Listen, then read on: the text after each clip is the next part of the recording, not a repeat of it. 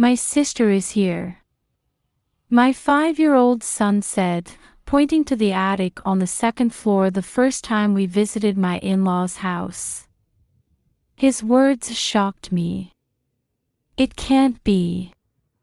You see, 3 months ago, my 3-year-old daughter Hazel had gone missing near my in-laws' house. We had searched everywhere for her at the time. But if my son says so, he might be right. Because he has a mysterious power. With trembling hands, I climbed the ladder and opened the door to the attic room. I couldn't believe the sight that greeted my eyes. It was also the moment I was freed from a long agony.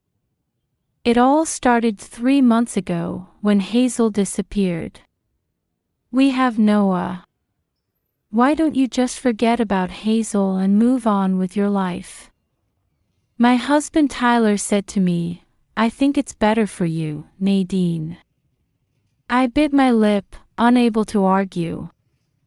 It may have been his way of being considerate of me, but there was no way I could forget about Hazel, who was only 3 years old. I had been blaming myself for my daughter's disappearance due to my carelessness, ever since she went missing. It happened on a chilly day in March, 3 months ago. "Can you go to my parents' house today?" Tyler asked, unusually forceful, unlike his normally gentle self. "Okay, but why all of a sudden? Is something going on?" My parents seem to be preparing for a party and want to see Hazel too.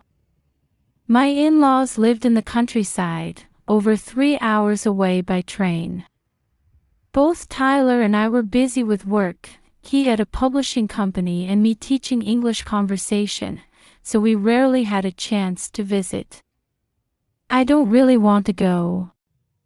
But I should be a good daughter-in-law and show my mother-in-law, who I consider a real parent, proper respect. There was actually another reason I didn't visit my in-laws much. My mother-in-law had always been harsh with me, her daughter-in-law.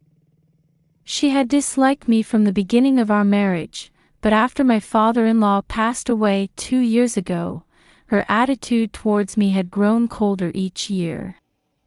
But I told myself I needed to be kind to my mother-in-law who lived alone in the countryside, so I left my husband who said he couldn't get away from work, and headed to my in-laws with just Hazel. My son Noah, who would turn 5 soon, was a perceptive child. He had noticed that my mother-in-law was treating me harshly. He would sometimes get sad when he saw me being scolded for something. So I decided not to bring him along this time. After dropping Noah off at daycare, Hazel and I set off. As soon as we arrived, my mother-in-law welcomed Hazel, saying, "I finally got to see my first granddaughter." But when she faced me, her smile immediately vanished and she gave me an icy glare. Tyler got himself a good-for-nothing wife. "Not only did you steal my son away, you didn't even let me see my granddaughter." "I'm sorry. We've both been so busy with work that it's been hard to find the time." "You've got some nerve, putting your job before being a mother. I never liked you from the moment I met you, acting all high and mighty, looking down on us country folk." She hurled one biting remark after another at me. "I never should have let him marry a woman like you. Because of you, it's like I don't even have a son anymore." But it was Tyler himself who decided. "I don't want to hear it. It's all your fault." No matter what I said, my mother-in-law refused to accept me. After losing my father-in-law, she had become increasingly harsh, berating me more and more. If my husband had been there, he might have defended me, but this time I had no choice but to endure it. Still, Hazel was overjoyed to be in the spacious house and lush natural surroundings for the first time. There were many flowers blooming on the vast property of my in-laws' home. "Mommy, this is for you," Hazel said, approaching me with 5 dandelions clutched in her hand. She was giving me a present. "For me, Hazel." "Thank you." As I replied, Hazel dashed back out to the garden. Just then, my mother-in-law called out to me, "Nadine, I didn't get enough stuff for the party. Could you go out and get some more?" "Hazel, come inside the house."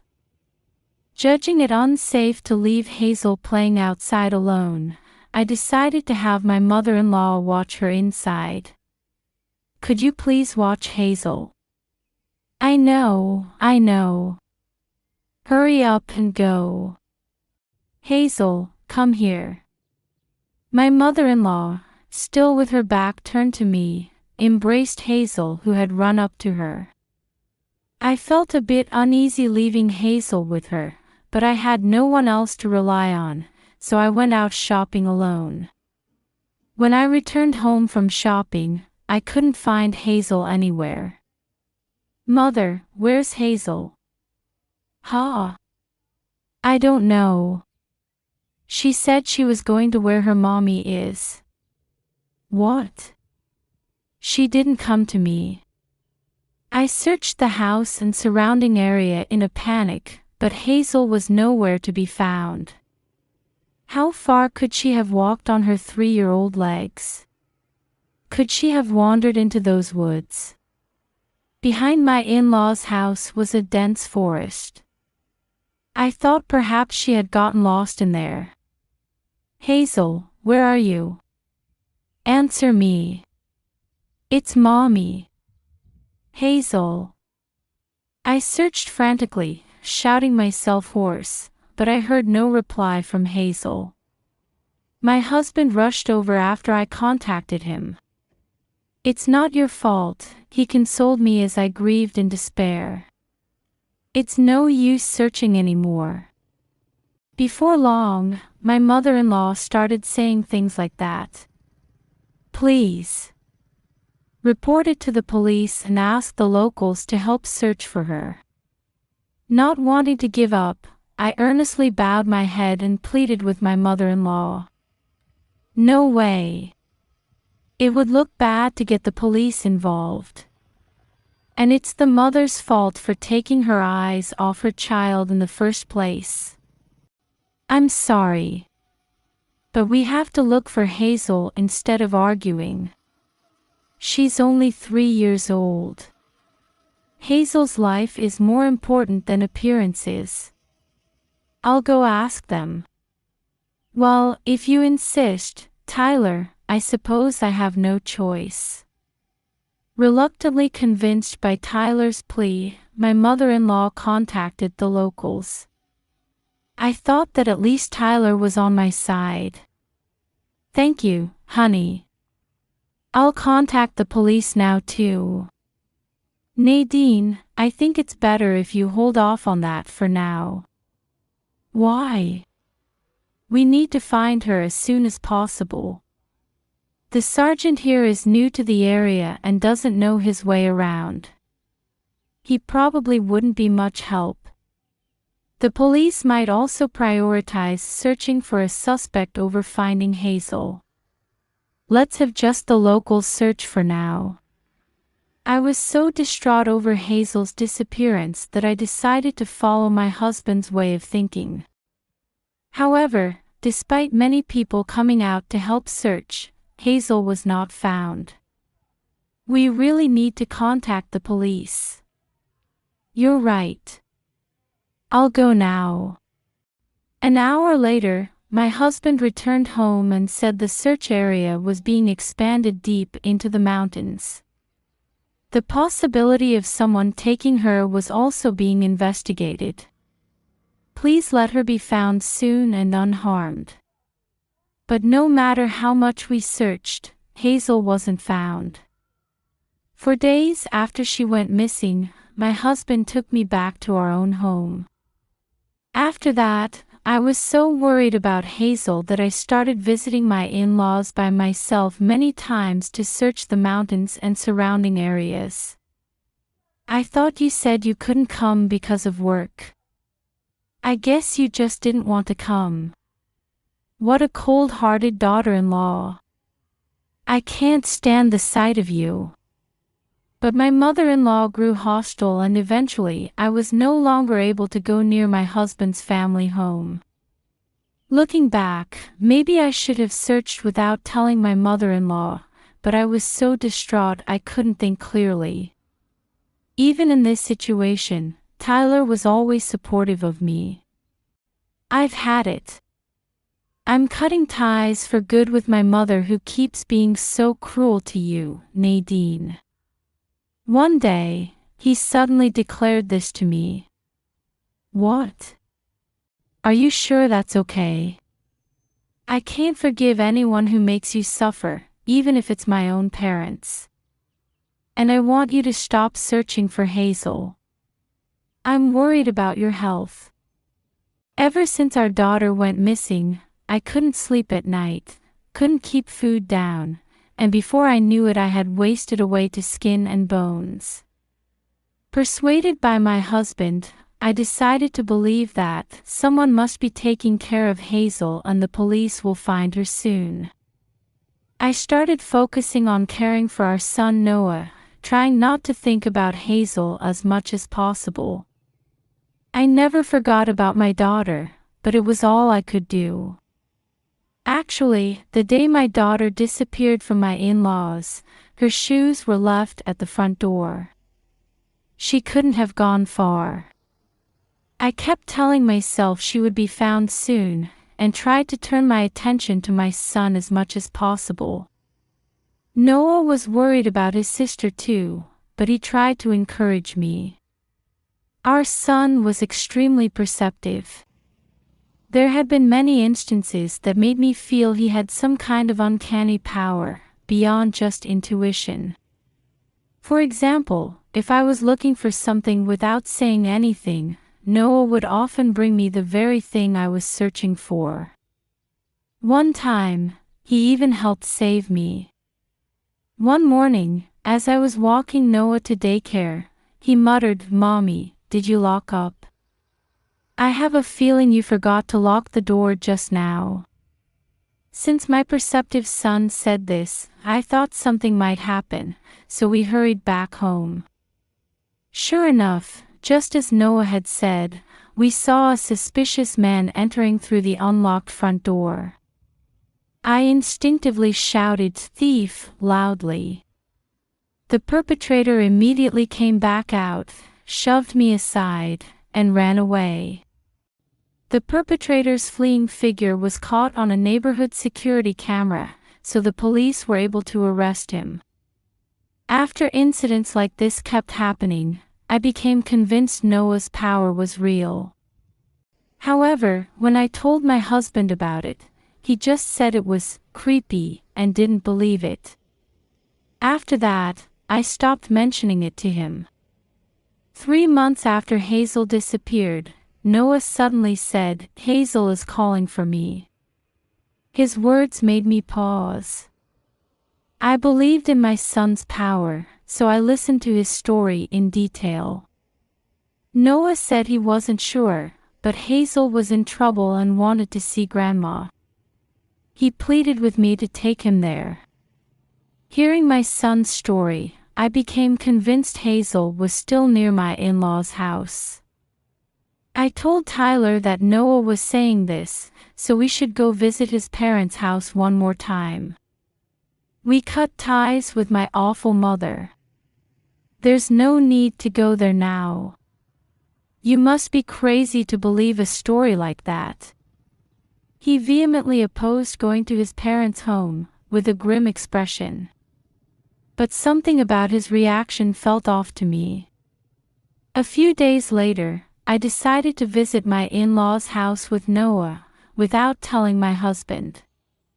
Noah kept repeating that he wanted to go to Grandma's house soon. Just in case, when I messaged my husband that we were headed to his parents', he kept telling me absolutely do not go. I grew more suspicious that something strange was going on. Before long, Noah and I arrived at my in-laws. When I quietly entered the unlocked house, Noah pulled my hand and headed upstairs with sure steps. Then, pointing to the attic on the second floor, he shouted, "Open this up right now. Someone is calling for help." What? Actually, I hadn't even known this house had an attic. Of course Noah wouldn't have known either, so I found it very strange when he suddenly said this. Could it really be? I opened the door, half in doubt, and a shocking sight greeted my eyes. In the dim attic room, a little girl's eyes were open wide. It was Hazel, my beloved daughter I had been searching for these past 3 months. Hazel. My daughter was so weak she could barely make a sound. I finally found you. The moment I hugged Hazel, tears spilled out. When I said, "It's okay now," Hazel managed to murmur, "Mommy, Grandma locked me up. My arm really hurts." No way. I was at a loss for words from the shock. My mother-in-law had been involved in Hazel's disappearance. And Hazel's arm was badly swollen and broken. "It's all right now. Mommy will protect you from Grandma." Noah also gazed at Hazel with concern. It was thanks to my son that I was able to find my daughter. I heard a noise downstairs. My mother-in-law might come to check on Hazel. I thought I needed to hurry. I have to contact Tyler first. As I took out my phone from my bag to do so, I noticed, in my single-minded focus on rescuing Hazel, that I had a ton of missed calls from my husband. "Hello. Tyler. Nadine. I'm heading there now too. Do not talk to any of the locals." Tyler started saying something nonsensical about not trusting the country people. He sounded very flustered for some reason. Still, why was he so against me interacting with the locals who had helped search for Hazel when she first disappeared? "Where are you now?" "At the station, waiting for the bus." Getting a bad feeling, I decided to lie to my husband. Oh good, that's a relief. Tyler seemed suspicious, like something was definitely off. I quietly left the house with the children. Then I decided to stop by one house in particular. It was the home of Mr. and Mrs. White, who had helped search for Hazel 3 months ago. "Hello. We found Hazel." When I spoke to them, they looked at me with very puzzled expressions. "What are you talking about? Wasn't this child found right after that?" "What? What do you mean?" "Your mother-in-law told us she was found in the shed soon after you left." "That can't be." As I stood there baffled, Mr. White explained further. According to him, my mother-in-law had told them my cheating daughter-in-law ran off with just her son, so I'm going to raise the abandoned Hazel. "That's a lie." When I vehemently denied it, Mr. White tilted his head, saying, "Seems the story we heard was different." The locals had seen my husband returning to his hometown occasionally and taking walks with Hazel, so they had believed the story my mother-in-law told them. So Tyler was deceiving me too, along with his mother. This is too cruel. The realization that my husband and mother-in-law had been lying to me, while I worried for 3 whole months, made my body shake with anger and frustration. Just then, my son Noah quietly took my hand. "Mommy, I'm glad we found Hazel." He smiled and gently held Hazel's hand with his other one. Though Hazel was still weak, she finally looked up at me and managed a smile. I gave the exhausted Hazel some water and food. She could still only eat a little, but it helped restore some of her strength. "I'm so glad. Mommy, you didn't stop loving me after all," she said, tears spilling down her cheeks. It seems my mother-in-law had been brainwashing her, telling her, "Your mommy left because she hates you." But when Hazel protested, saying mommy would never stop loving her and she wanted to see me, she was apparently beaten so badly her arm was broken. I told Hazel through my tears how I had never stopped searching for her this whole time. "Mommy never forgot about you for a single day. We'll always be together from now on." Hazel nodded in understanding. She was only 3 years old. Imagining how scared she must have been, I felt my body burn with rage. And more than anything, I couldn't forgive my mother-in-law for doing this to my daughter. Unforgivable. Seeing our exchange, Mr. and Mrs. White offered to help. I quickly called my mother-in-law and husband to let them know I was at the White's house. My mother-in-law was the first to come running in a panic. "You have some nerve," snatching my granddaughter away.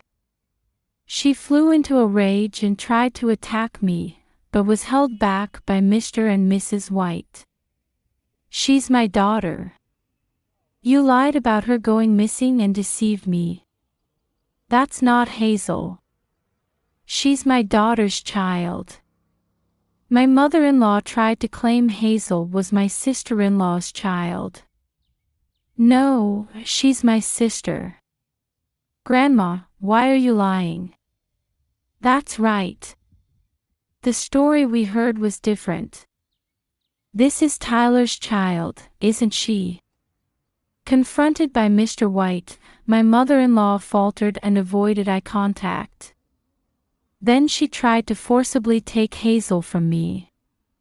But my son stepped in to stop her. Still, she refused to back down. "Stop it. Can't you see she doesn't want to go with you?" Mr. White also intervened, trying his best to protect my daughter. "Nadine, what do you think you're doing? I thought I cut ties with my family. We're leaving." Then Tyler came running over, pale-faced, and told me this. "I won't be fooled anymore. It was you who took Hazel away from me. Don't be ridiculous. I've always been on your side, haven't I?"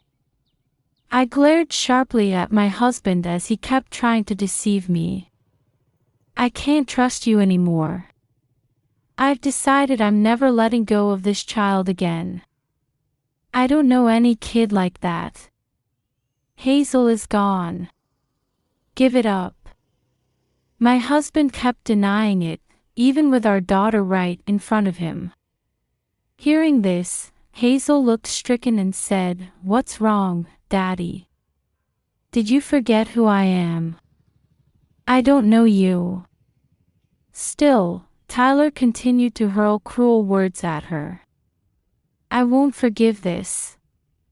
This time, I'm going straight to the police myself. Even if you say such an outlandish thing, they'll just laugh it off as a family quarrel." My husband tried to escape responsibility somehow, but it wouldn't work. "I have evidence." Actually, thinking it might come in handy someday, I had kept a detailed record of the circumstances around Hazel's disappearance. I had written down every little thing that happened afterwards too. So I had also taken photos on my phone of Hazel confined in the attic room. I don't know anything about that. It was all my mother's doing. I had nothing to do with it. Tyler. What are you saying now? Weren't you the one who told me to give Hazel to your lonely mother? Mom, stop. Don't say any more. My husband argued with his mother, who kept pretending ignorance to the end, and they started fighting. Amidst their mutual recriminations as they tried to justify themselves, the whole truth came to light. On the day my daughter disappeared, Tyler had conspired with his mother. He took Hazel from the back door of the house and drove her away in a car parked some distance away. He temporarily left her with his sister who lived in another city. Once things cooled down, he brought Hazel back to his parents' house where his mother confined her. No wonder we couldn't find her no matter where we searched.